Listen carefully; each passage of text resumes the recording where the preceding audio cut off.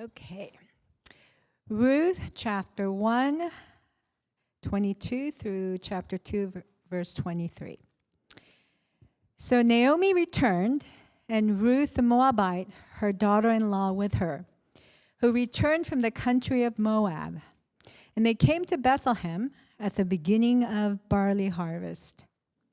Now Naomi had a relative of her husband's, a worthy man of the clan of Elimelech, whose name was Boaz. And Ruth the Moabite said to Naomi, "Let me go to the field and glean among the ears of grain after him, in whose sight I shall find favor." And she said to her, "Go, my daughter." So she set out and went and gleaned in the field.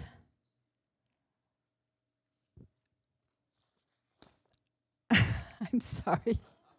You know what? I think I started reading in the wrong section. Am I right? Okay, okay, sorry.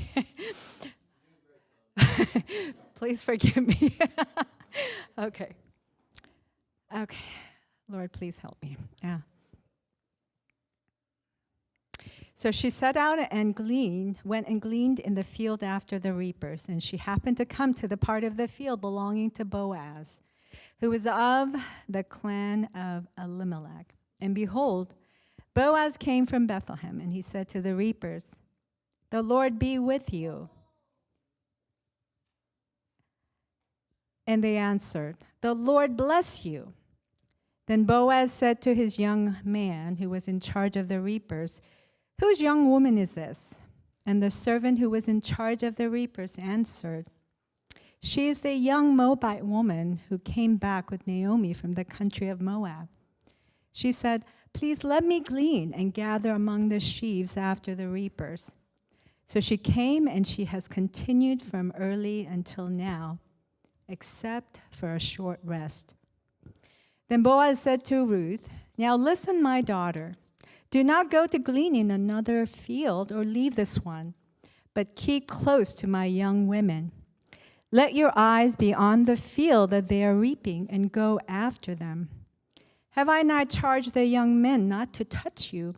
When you are thirsty, go to the vessels and drink that the young men have drawn."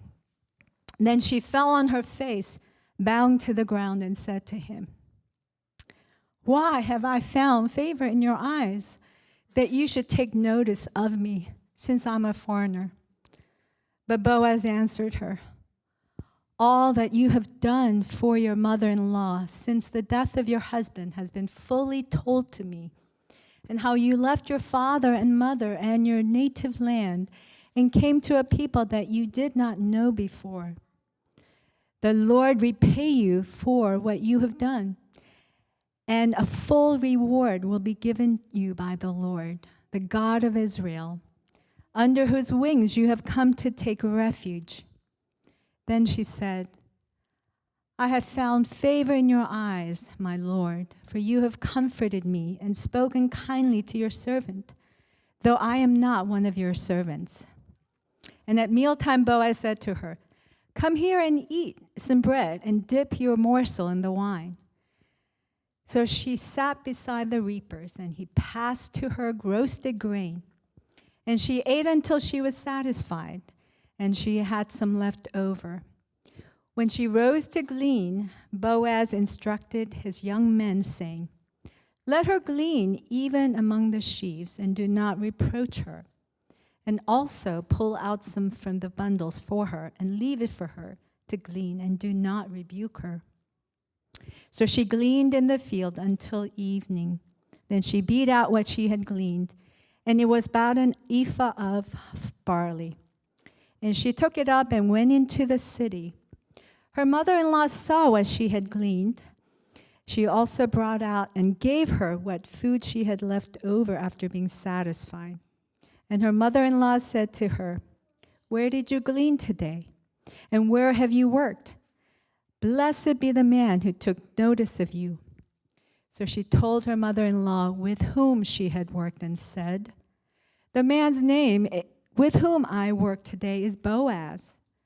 And Naomi said to her daughter-in-law, May he be blessed by the Lord, whose kindness has not forsaken the living or the dead."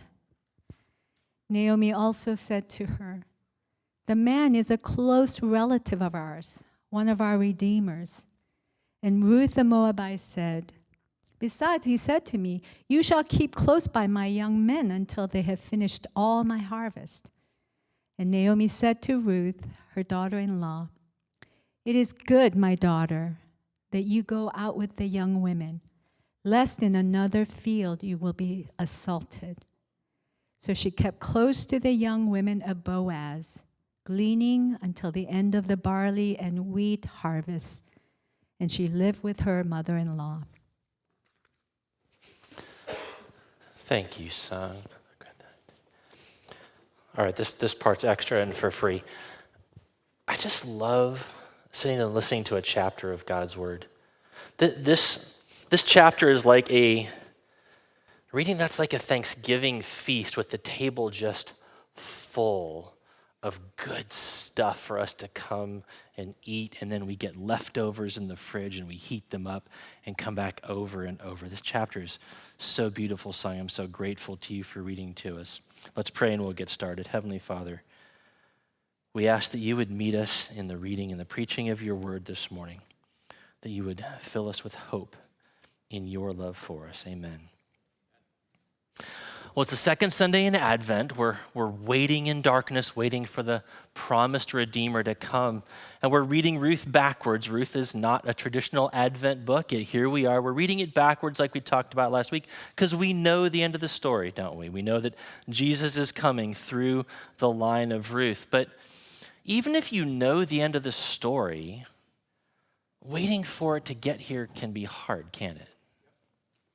Waiting can be hard wherever we are as individuals, as a community, in our world at large. And when you have to wait for a long time, it can be easy to lose hope, can't it?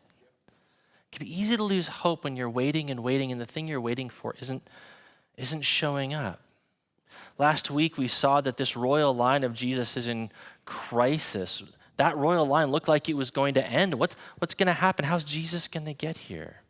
And this week we're going to see a ray of hope for the royal line, the first glimmer of light that shows that maybe it's going to be okay. The chapter today is going to help us see where hope is found while we wait. So let's tell the story. It's springtime in the hill country of Judea. It's coming up on Passover season, and two women come walking up a dusty road. One of them has never seen this place before, but one of them has. Last time Naomi saw these roads, she was going with her husbands and sons. She came back. Now she's coming back, as she says, empty. Nobody with this daughter-in-law who won't leave her alone, and she's coming back. Naomi knew it, Ruth might not have, but this is the same path that the people of Israel would have walked as they came into the land of Canaan for the very first time, the land of promise. Last time Naomi saw these fields, they were dry, they were empty, they hadn't been rained on, there was a famine going on. It was a sign of Yahweh's judgment on his people, but now the fields are full, green with grain, just waiting to be harvested. It's a sign that his relationship with his people is restored. God is back with them again. It looks like the home she used to know. You can kind of picture him maybe going back into the town, going back to the house that maybe Naomi lived in with her husband Elimelech, and now it's dark and it's empty. See, Naomi and Ruth have two big problems on their hands. One of them is pretty obvious. No food, no money to buy food.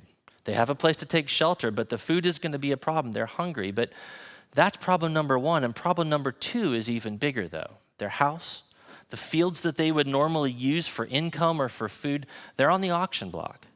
They're going to be sold to the highest bidder, and with no money, no resources, there's nothing they can do about that. And in fact, they're probably going to get sold to the highest bidder too. They're going to enter a life of indentured servitude to try to stay alive for the rest of their lives. That's what Naomi and Ruth are facing. It is not looking good for them or the royal line at this point, is it? First things first, they need something to eat. So Ruth knows that God has provided for this, so she goes out to the field. She's like, look, I'm going to go out to the fields. I'm going to check the corners. I'm going to check around the edges where they haven't come. Now, I don't know if you've seen fields of things growing, particularly corn, but if you look around the edges of the fields, the corn stalks aren't all that great. The good corn's in the center of the field. The edges are kind of gross, but you know what? She's going to go there, try to get some barley, maybe enough to keep them alive for the season. So she heads out to the field and just happens to end up in the part of this field owned by a guy named Boaz. He's some distant relative of Elimelech. I don't know who this guy is, but there seems to be plenty there. So she stays there all morning. As the day heats up, Boaz comes out to the field. He wants to check on his workers. He's a good employer. And he's looking around. He sees this face he doesn't recognize. Something about her clothing just isn't local. So he calls his foreman over. He's like, hey, come here. He's like, who's that over there? Who's that? Who does she belong to? He's like, oh, that's that Moabite woman. She came back with Naomi, but she's been here all morning. She's been working hard today, picking up all the grain she can. So Boaz remembers, oh yeah, I've heard about her. So he goes over to her. He says, hey, listen, stay with my young women. Stay with them. Stay in this part of the field. Don't go off to other parts of the field. And oh, by the way, if you're thirsty, use the water that my guys got from the well. That's fine. And Ruth is shocked at this. Understandably so. Like, there is no world in which the guy who owns the field is talking to the Moabite person on the edges. She says, why are you showing favor to me? How come you're treating me this way? This is so sweet. Boaz says, oh, here's why. I've heard about everything you've done for Naomi since you left until you came here. You left your family, you left your land, you left everything behind to come take refuge with the one true God. May he bless you. God, such a sweet conversation. But this is a crazy thing happening here. And it's about to get crazier because mealtime comes around. They sit down to eat. And Boaz, the rich guy who owns the field and employs all these people, says to Ruth, the foreigner, the widow, hey, come here. Sit with my crew. Sit with my people. Here's some wine. Here's some bread. Oh, here's some of this roasted grain that we've prepared. Hey, take all you want. Ruth, she's amazed. She cannot believe this is happening. She eats and eats and eats because she can't remember the last time she wasn't hungry. Finally, everyone's satisfied. They head back to the field to the end of the day, and Boaz calls his young men over, the guys out in the field. He's like, hey guys, come here. Got some instructions for you for this afternoon. I want you to let Ruth into the part of the field where we've already got the barley sheaves stacked. Now, I know we don't do that, but I want you to let her in there anyway. In fact, I want you to pull out some extra pieces of it from the things you've already put together. No grumbling, no angry words. Stop. Got it? So as the sun drops to the horizon, Ruth gathers up everything she's collected. She beats the barley off of the stalks and she picks up the grain and she goes staggering home. You don't get this from the word. Have you guys been to Costco and maybe picked up a bag of dog food? Okay, those are not small bags, are they? That's the size of a bag of grain that Ruth took home with her. You'd have expected that you normally got a few handfuls here or there from the edges of the field. Ruth is staggering home with a Costco-sized bag of grain in her arms. She gets through the door and Naomi's like, where did you get all this food? How could you possibly have gleaned so much? Blessed be the man who did this for you. As Ruth tells her story, she gives Naomi, she's like, here's some extra barley, here's some extra food from my lunch. The guy who I worked with today, his name is, I don't know, some guy named Boaz. He said, stay with his workers for the rest of harvest season. Naomi's like, Boaz, awesome. May God bless him. He's one of our near kinsmen. In fact, he's one of our redeemers. Maybe he'll solve our big problem. This is great. A ray of hope. So for the next 2 months, Ruth keeps going back to Boaz's fields every day, working with his young women, bringing the food home to Naomi. Things might be looking up, but at the end of the harvest season, 6 or 8 weeks later, they still got their second big problem. You guys remember we talked about that? If you want to know how that turns out, you have to come back next week. But for now, that's Act 2 of Ruth's story. Maybe there's a small sliver of hope shining into her life and Naomi's. That small sliver of hope, it's the kindness and the favor that Boaz showed to Ruth. It's like It's like cracking open a door into a dark room and you can just see a little ways in because the light from the hallway is shining in. But what are we supposed to take away from this story? What does God have here for us that will transform our hearts and transform how we're experiencing our lives? How does this story help us answer the question, where do we find hope? And here's the answer. Here's where we find hope. We find hope in the steadfast love of Yahweh. Grace Church, we find hope in the steadfast love of Yahweh. Look at verse 20. I want you to see this with me. It's what Naomi says at the end of the chapter. May he be blessed by Yahweh. That's the personal name of Israel's God, of the one true God, whose kindness has not forsaken the living or the dead. The word kindness is steadfast love. It's the Hebrew word chesed. Remember what we mean by steadfast love. I like how Sally Lloyd-Jones captures it in her Jesus Storybook Bible. She calls it the never stopping, never giving up, unbreaking, always and forever love. It's kindness, it's mercy, it's faithfulness, it's promise keeping. That's what steadfast love is, and it is all through the words and actions of this chapter. Let's look at this picture here. Back in the 19th century, before they had movies or pictures, they would use ceramic miniatures to tell stories. I don't know if we've got this picture or not. There was a guy named Josiah Wedgwood who was really famous in England for making these ceramics. I used to eat off of Wedgwood plates in my family when I was growing up. But perhaps the most impactful miniature he ever created was this depiction of a slave. It says, am not a man and a brother? These were created and spread all throughout England to support the abolition of slavery and the campaign there. And what this did was this captured the entire idea of slavery in miniature form and made it available to people. That's what Ruth 2 is like. It's like a small miniature picture of God and his steadfast love through the person of Boaz. Okay, you can take that down. Thank you, Farah. That's what this is. Ruth 2 is meant to show us what this is like. And I think, our next slide. So I want to show you this. Commentator Daniel Block says this about Boaz. From the first time Boaz opens his mouth until the last words he utters, his tone exudes compassion, grace, generosity.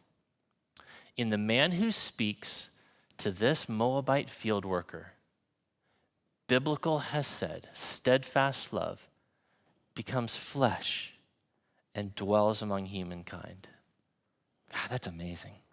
I mean, imagine the emotions of Naomi and Ruth. Imagine what they were experiencing. Loneliness.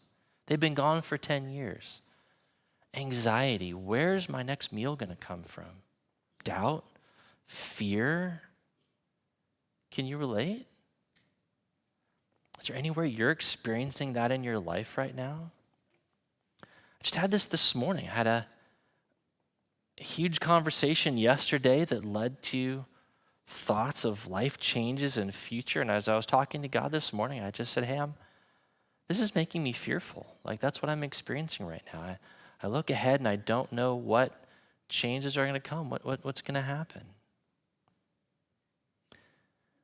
Guys, Ruth 2 is not a Hallmark movie of a Christmas or Passover meet cute, okay?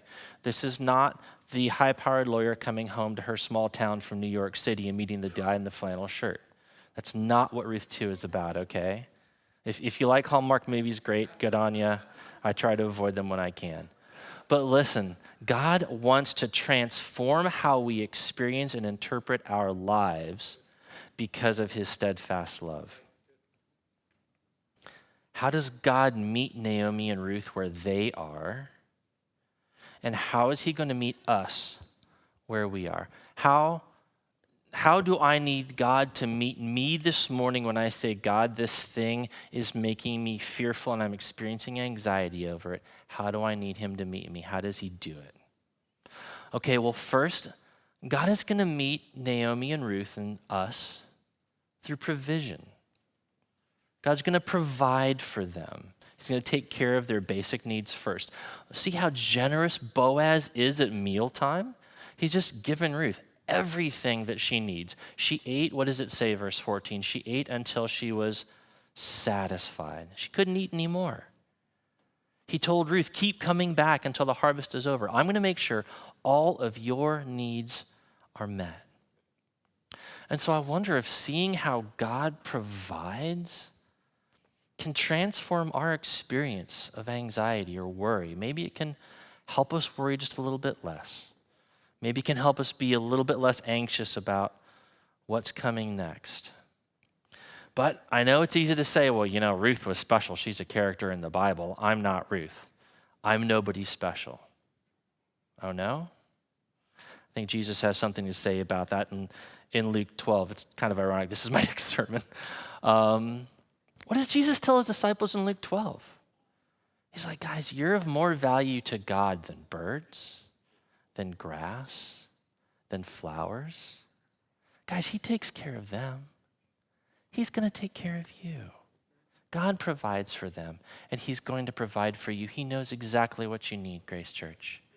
Can that help how you're experiencing your life today? Well, what's another way God meets Ruth and Naomi? Well, he met them with protection. God protected Ruth. Maybe where you're getting your next meal, daily bread and clothes are not your worry right now. Maybe something is impacting your safety. It could be physical, it could be emotional. Maybe something is making you feel threatened. It could be physical harm. It could be an unreasonable boss where you feel just exposed and vulnerable to that person. Maybe it's a unresolved or a severe chronic illness that's happening in your life. It's threatening you. Could be the danger of old age. Could be the danger of death. The question in your mind is, will God really keep me safe in this life and into the next? And guys, those are all real, reasonable concerns. There's nothing wrong with feeling that way. There's nothing wrong with having those questions. It's understandable to be afraid and anxious about those situations. So what does God's steadfast love have to say to that? Well, verses 8 and 9, we see Boaz say to Ruth, have I not charged the young men not to touch you? And then in verse 16, he told his young men, don't rebuke her. Boaz could see how vulnerable Ruth was. He could see how vulnerable she was to oppression and being taken advantage of. And he both protected her and made sure she knew she was protected. So maybe in whatever that situation is that's threatening your safety right now, you can trust God to protect you from that thing. Maybe it can change how you see your situation. But I do want to be really, really careful here, and this is sensitive because it's a reasonable question to say. If I'm supposed to identify with Ruth, how come I'm not experiencing the same kind of protection that she experienced? Why isn't that working in my life? You may very well have been physically, emotionally harmed by someone. I am so sorry that has happened. That's a hard thing. And there are no easy answers to this. I'm not going to stand up here this morning and try to say, well, this is the answer and this is how it's all better. God's protection of Ruth was very specific to her situation and this part of his plan for the royal line of Jesus. I would say one thing that helps us as we look forward to Jesus in this, he asked his Father to protect him, and he still ended up on the cross. It doesn't look like protection, but ultimately he was raised from the dead to fulfill the promises God had made and to provide our ultimate protection from our ultimate problem. I want to say Sharon really helped me here. Sharon is busy living this out in her life and has been for many years. She reminded me that it's important to say we don't understand everything about what God is doing in our lives. We don't have his perspective, but the story of Ruth is meant to help build up our faith and our trust in God's generosity and his goodness, even when we're suffering and don't see. God's not just sovereign and all-powerful, he's also good. And we have a name for that sovereign goodness of God. It's the third way he interacts with us in his steadfast love. We call it his providence. God's providence helps us hope when we don't understand.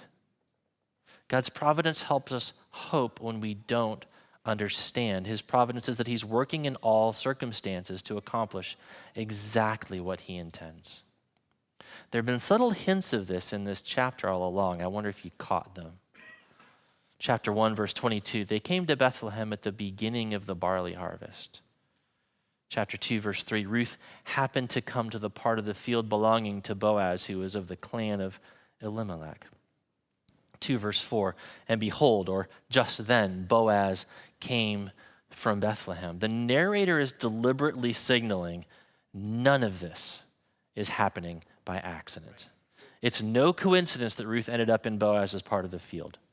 It's no coincidence that Boaz picked that time of day to come to his field and check things out. Like an orchestra conductor down at the San Diego Symphony is directing all the instruments to play the same piece of music, God is directing all events in this world to his one purpose, the coming of his Son and the redemption of all creation. Let me give you a very recent example of this. My friend Colin, a couple weeks ago, you might know, he tore his Achilles. He was valiantly and aggressively playing soccer. That doesn't seem like protection as I was thinking about this, does it?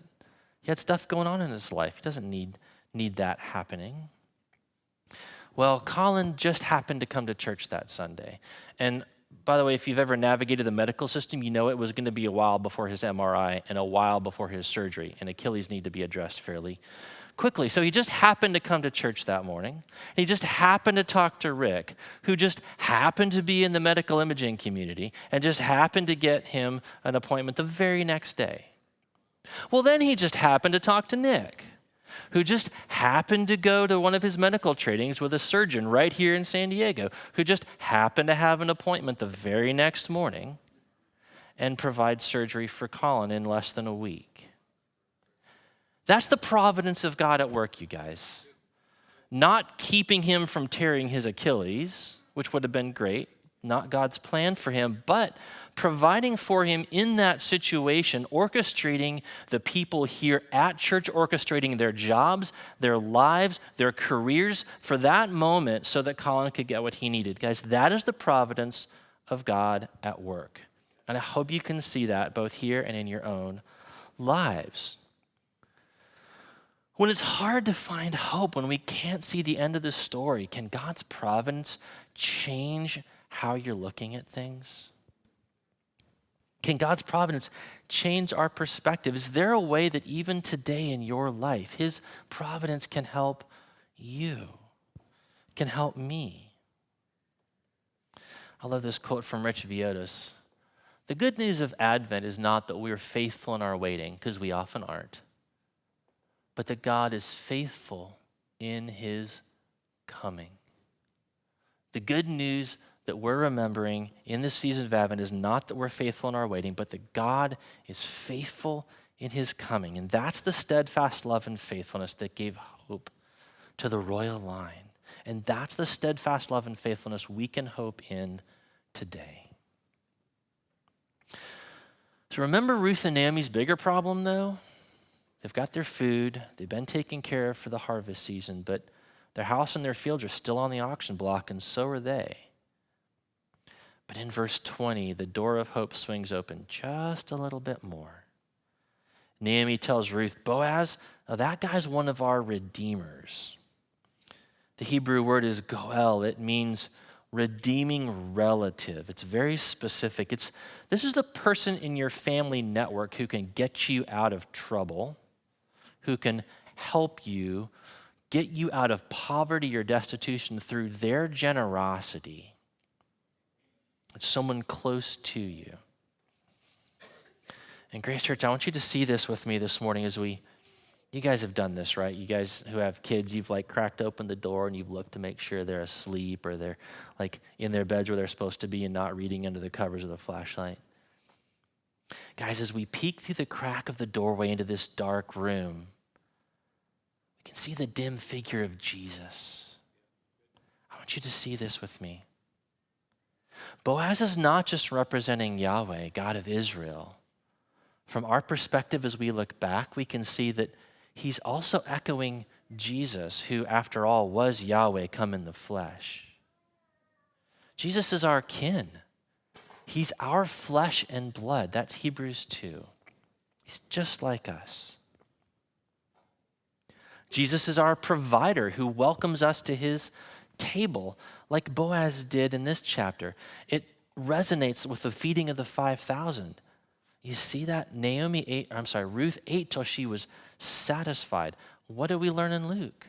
The disciples and the people there ate till they were satisfied and had leftovers. Do you see the connection there?